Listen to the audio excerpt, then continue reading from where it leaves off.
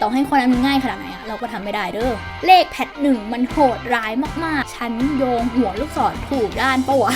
อย่าหาทำอย่าทำตามนะคะทุกคนโคตรจะไม่ดีเลยอะเคยเห็นคนได้แพท1 0คะแนนปะไหนลองมาย้อนคว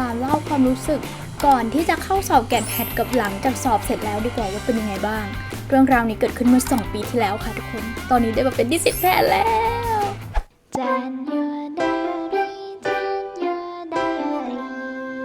สวัสดีค่ะยินดีต้อนรับทุกคนเข้าสู่ช่อง Jan Your Diary นะคะถ้าคลิปนี้ได้ publish ลงไปแล้วก็คิดว่าทุกคนน่าจะอยู่ในช่วงที่สอบ GAT-PAT เสร็จแล้วเราจะพยายามตัดคลิปให้ทันสัญญาวันนี้นะคะเราก็เลยคิดว่าเราจะมาลองย้อนความทรงจำกลับไปเมื่อ2 ปีที่แล้วดูนะคะว่าตอนที่เราไปสอบ GAT-PAT รุ่นปีเด็ก63อ่ะเรามีความรู้สึกยังไงบ้างก่อนไปสอบกับหลังไปสอบต้องบอกก่อนว่ามันมีสตอรี่มากมายมากทุกคนแล้วเราเป็นคนหนึ่งที่ชอบการบันทึกเราจะบันทึกทุกอย่างเอาไว้ในแบบในโน้ตหรือว่าไว้ใน Facebook อะไรอย่างเงี้ยเมื่อก่อนเป็นคนค่อนข้างว่นเวอร์ก็คือคิดอะไรก็โพสต์ลง Facebook หมดเลยเพราะว่ารู้สึกว่าชอบที่มันแบบจะกลายเป็นความทรงจำเราอะไรเงี้ยแต่พอโตขึ้นมาหน่อยก็เริ่มรู้จักคำว่า private เวลาจะว่นเวอร์อะไรลง Facebook ก็คือจะตั้งเป็น private เอาไว้เนาะมันมีข้อดีตรงที่เราสามารถจะย้อนกลับมาดูสิ่งที่เราเคยรู้สึกณวันนั้น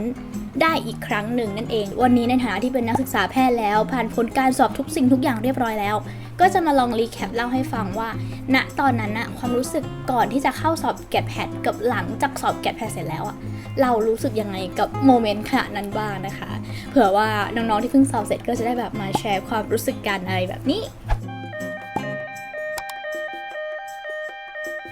ณตอนที่เราเป็นเด็ก63เราสอบติดคณะ SIIT วิศวะที่ม.ธรรมศาสตร์ไปตั้งแต่รอบ1แล้วเพราะงั้นคะแนนแกดแพทหรือคะแนน93มันไม่ได้มีผลอะไรกับชีวิตเราแล้วทุกคนคือที่ไปสอบเพราะว่าแบบก็ไปวัดความรู้อุตส่าห์เรียนมาตั้ง6 ปีก็จะได้รู้ว่าแบบเราเป็นยังไงบ้างอะไรเงี้ยซึ่งเราก็คิดแบบนั้นมาตลอดนะว่าแบบมันไม่ได้มีความสำคัญอะไรเลยแค่ไปสอบเฉยๆได้คะแนนเท่าไหร่ก็ได้ก็ไม่ได้รู้สึกอะไรแต่ว่าวันก่อนสอบแกดแพทวันหนึ่งทุกคนเรานั่งร้องไห้ให้กับการสอบในวันพรุ่งนี้คือย้อนกลับไปแล้วก็ขำแต่ก็แบบก็เข้าใจตัวเองนะว่าทำไมถึงร้องไห้จำได้เลยว่าวันนั้นนั่งดูวันพีชอยู่แล้วอยู่ๆก็รู้สึกเศร้ามากแล้วก็แบบร้องไห้เลยพอคิดถึงการสอบพรุ่งนี้ปุ๊บใจมันแบบเหลวเป๋วไปหมดซึ่งเราก็ทำการรวบรวมความรู้สึกตัวเองแล้วก็โพสต์ลงไปใน Facebook แบบนี้นะคะเดี๋ยวจะแปะรูปให้ดูโลกนี้ไม่เข้าใจว่าต่อให้ไม่ใช้คะแนนแล้วแต่ก็แบบอยากทำให้มันดีๆเอาจริงสอบ admission พวกนี้มันคือการ evaluate สิ่งที่เราเรียนสิ่งที่เราทุ่มเทให้มันมาตลอด6 ปีเลยนะเว้ยคือคิดภาพว่าแบบติด SI แล้วนะแต่การสอบเข้า SI เราใช้แค่สกิลฟิสิกส์เองนะใช่ค่ะเพราะว่าตอนสอบ SI เรารู้สึกว่าเราอ่านไปแค่ฟิสิกส์ที่เหลือคือโยนทิ้งหมดเลยที่เรียนมา6 ปีเคมีชีวะเลขอังกฤษอะไรเงี้ยคือโอ้โหไม่ได้ใช้เลยนะคะแล้วที่เหลือที่เราอุตส่าห์เรียนอุตส่าห์ทุ่มเทตั้งใจทำให้มันเต็มที่พวกแกดแพท93เนี่ยมันคือการเอาสิ่งที่เราดีโวตให้ตลอด6 ปีมาใช้แล้วก็วงเล็บว่าถึงตัวนี้จะไม่ได้ถึงขั้นดีโวตให้การศึกษาก็ตามทีถึงไม่ได้ใช้ก็อยากทำออกมาให้ดีที่สุดไงเราคิดว่าความรู้สึกแบบนี้เป็นความรู้สึกที่ดีนะแบบพอโตขึ้นแล้วแบบมองย้อนกลับไปการที่เราทำอะไรสักอย่างนึงทุกคนเต็มที่กับมันเถอะถึงแม้ว่าเราจะได้ใช้หรือว่าไม่ได้ใช้หรือว่าแบบมันจะเป็นประโยชน์กับเราหรือเปล่าแต่ถ้าเกิดวันที่เราได้เต็มที่กับมันแบบมากๆจริงๆแล้วมันจะทำให้เรารู้เลยว่าเราทำมันได้หรือทำมันไม่ได้เราชอบมันไหมหรือว่าเราไม่ชอบมันคือเหมือนมันเป็นการแบบได้ทำความรู้จักตัวเองมากขึ้นผ่านความทุ่มเทให้อะไรสักอย่างหนึ่งมีโอกาสก็อยากให้ทุกคนทุ่มเทให้กับทุกๆสิ่งที่มันแบบผ่านพ้นเข้ามาในชีวิตอะไรแบบเนี้ยซึ่งย้อนแย้งกับสภาพความรู้ในหัวตอนนี้มากจริงๆแล้วแพลนของเราวันนี้คือเก็บเลขให้หมดแล้วตอนกลางคืนมาเก็บแกด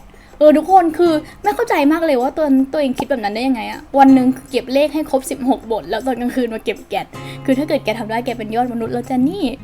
สรุปคือเลขมี16 บทวันนี้ใช้เวลาทั้งวันเก็บได้3 บทจ้ะสวัสดี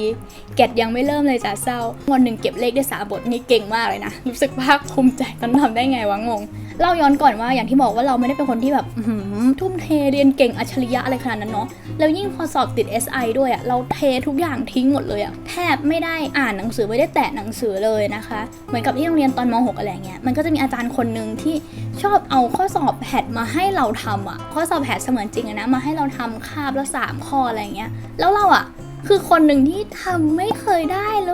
ยแบบไม่เคยได้จริงๆเนี่ยที่เพื่อนนั่งข้างเรามันทำแบบปุ้งเสร็จ3 ข้ออะไรเงี้ยเราคือแบบฮะ คือเหมือนกับว่ามีความรู้เยอะแค่ไหนอะแต่เอามาใช้การไม่ได้อะไรเงี้ยความฝังใจอยู่กับแพทหนึ่งก็คือวิชาเลขของเราเนี่ยมันคือความแบบยากนรกแตกอะยากมากๆยากสุดๆทำไม่ได้คือเกินเอื้อมมากๆอะไรอย่างเงี้ยค่ะบ่นเฉยๆแหละนั่งดราม่าว่าทำไมไม่มีความรู้ในหัวเลยวะทุกคนคือเราจะบอกว่าคนที่กำลังรู้สึกแบบนี้อยู่ความรู้สึกนี้เกิดขึ้นยิ่งเร็วยิ่งดีนะคะทุกคนคือถ้าเกิดเราสามารถแบบตระหนักรู้ถึงความเจ็บปวดของการไม่มีความรู้ในหัวเลยอะการดราม่าไม่ช่วยอะไรนะทุกคนสิ่งที่ต้องทำก็คือการหาความรู้มายัดเข้าหัวนะคะเพราะฉะนั้นการที่เรายิ่งตระหนักรู้แบบนี้ยิ่งเร็วอะก็ยิ่งทำให้เรามีแรงฮึบที่จะหาอะไรมายัดใส่หัวได้มากขึ้นเท่านั้นเนาะซึ่งแบบดราม่าไปมันก็ทำอะไรไม่ได้แล้วอะใช่ค่ะเพราะว่าพรุ่งนี้สอบแล้วจะทำอะไรได้ขอใช้หยาดน้ำตานี้อวยพรให้ทุกคนละกันนะอุ้ยทำไมชีวิตมันเศร้าใจขนาดเนี้ยสู้ๆเด้อเดี๋ยวทำได้เย่ๆแอบมองตัวเองมาก็เริ่มรู้สึกว่านี่ก็ perfectionist เหมือนกันนะเนี่ยแต่เป็นลัทธิ perfectionist เวอร์ชันที่แยกแยะได้ว่าอะไรช่างมันได้อะไรที่ควรจะออกมา perfect ซึ่งคะแนน admission เนี่ยคือสิ่งที่ควรจะออกมา perfect ไงเนี่ยทุกคนมันคือความคาดหวังทั้งที่ไม่ได้ทำอะไรอะคือเราไม่ได้เรียนไม่ได้ตั้งใจอ่านหนังสือแต่เราคาดหวังให้มันออกมาดีอะเพราะงั้นทุกคนถ้าเกิดอยากจะให้ผลลัพธ์มันดีทุกคนต้องเริ่มต้นที่วันนี้นะคะทุกคนทำอะไรสักอย่างหนึ่งให้ผลลัพธ์มันออกมาดีขึ้นเนาะอันนี้ก็วันก่อนสอบเหมือนกันเราเคยโพสต์ว่าเคยเห็นคนได้แพท10คะแนนปะ Hello it's me อยากจะร้องไห้ให้แพท1ยังไม่ทำก็รู้ว่าทำไม่ได้แล้วนี่คือความรู้สึกก่อนที่เราจะไปเข้าสอบวันพรุ่งนี้มาดูความรู้สึกหลังสอบกันบ้างว่าเป็นยังไงมาค่ะรีวิว GAT-PAT ในฐานะคนที่ทุกวันนี้ยังนั่งทำโจทย์เรื่อยๆโง่ๆแยกบทอยู่เลยจ้ะถึงวันจะสอบจริงแล้วนะเรายังไม่เคยทำข้อสอบแพทจริงเลยนะคะนอกจากที่อาจารย์คนนั้นหยิบมาให้ทำอาทิตย์ละ3ข้อไม่เคยหยิบมาทำเองไม่เคยได้ลองข้อสอบจริงไม่เคยได้จับเวลาทำข้อสอบอย่าหาทำอย่าทำตามนะคะทุกคนโคตรจะไม่ดีเลยอะมาเริ่มที่รีวิว GAT ไทยก่อนเพิ่งรู้วันนี้ว่าสอบ GAT เขาสอบกันแค่2บทความที่จินตนาการคือแบบสอบที 4-5 บทความอะไรอย่างนี้ชัดเจนนะคะว่าไม่เคยหยิบข้อสอบเก่ามาทำเลยไม่เคยรู้ว่าเขามีกันแค่2บทความ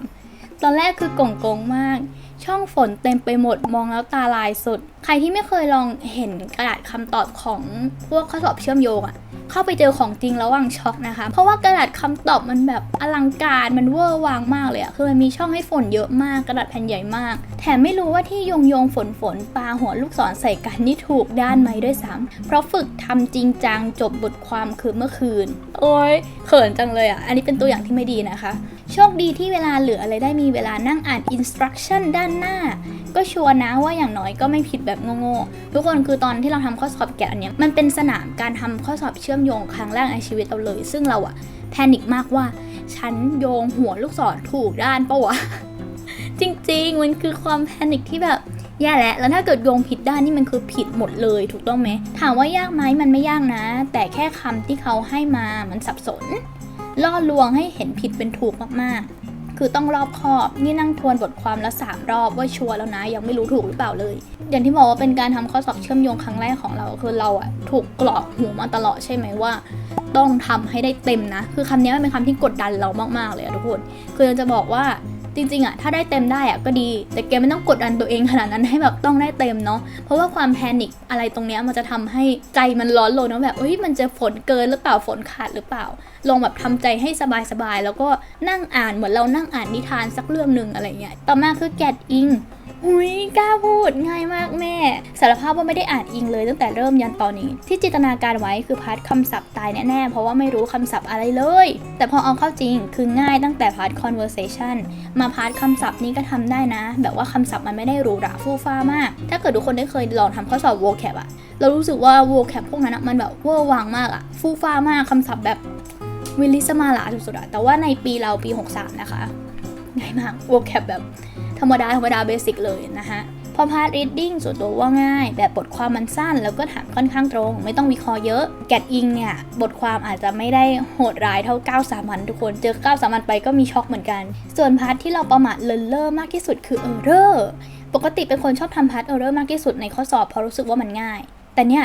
หาไม่เจอจริงๆผิดไปน่าจะเยอะเหมือนกันส่วน grammar กับเติม paragraph ก็ง่ายคิดว่าทำได้กันหมดแหละต่อมาคือแพท1ทุกคนแพท1คือทำใจมาแล้วว่าทำไม่ได้ก็ไม่เป็นไรหรอกเพราะว่าแกไม่ได้อ่านแกจะทำได้ยังไงอะชีวิตนี้ได้ทำแพท1เฉพาะตอนที่ครูที่โรงเรียนเอามาให้ทำเท่านั้นแหละเพราะไม่เคยหยิบมาทำเองนะคะซึ่งตอนนั้นก็ทำไม่ได้สักข้อ เลยฝังใจว่าแพทหนึ่งยากเวอร์ยากเกินคือเป็นเครียดมากนะเอาจริงใช่ค่ะสิ่งที่ในหัวคือ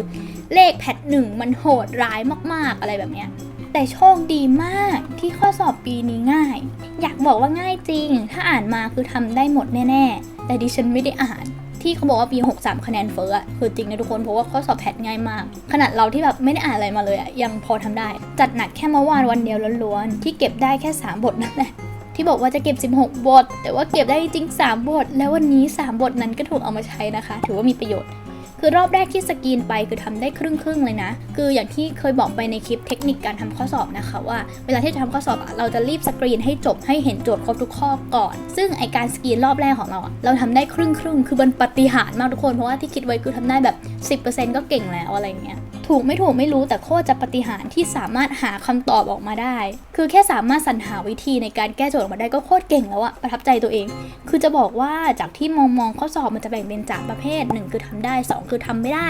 แบบต่อให้รู้สูตรนิยามก็ทำไม่ได้อันนี้คือข้อสอบยากกับแบบที่3คือแบบที่ทำไม่ได้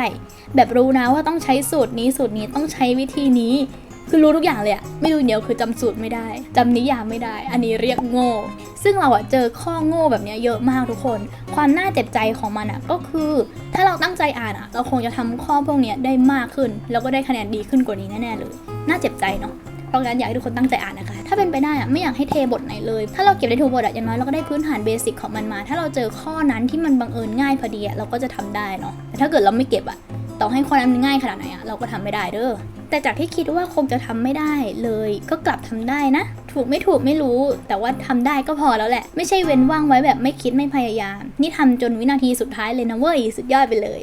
คือตอนแรกคิดว่าโอ้โหคงจะได้หลับยาวแน่เลยเพราะว่าคงทำไม่ได้สุดท้ายเนี่ยทำจนวินาทีสุดท้ายนะทุกคนอย่างที่เคยพูดไปบ่อยๆนะว่าสิ่งสำคัญในการสอบมันคือการที่เราจะสามารถขุดเอาสิ่งที่เราเคยรู้มาทั้งหมดตลอดชีวิตออกมาใช้แก้ปัญหาตรงหน้าได้ไหมคือบางทีมันไม่ใช่ว่าแบบเห็นแล้วรู้เลยถึงจะทำได้หรอกบางทีมันต้องผ่านกระบวนการคิดการวิเคราะห์อยากให้ทุกคนได้ลองแบบพยายามดูอีกสักนิดแบบลองพยายามดูสักหน่อยอะไรอย่างเงี้ยซึ่งความน่าประหลาดใจก็คือเราไม่ได้รีวิวแพท2ทุกคนงงมากเลยคือตอนแรกเราตั้งใจว่าเราเขียนรีวิวครบทุกวิชาเลยใช่ไหม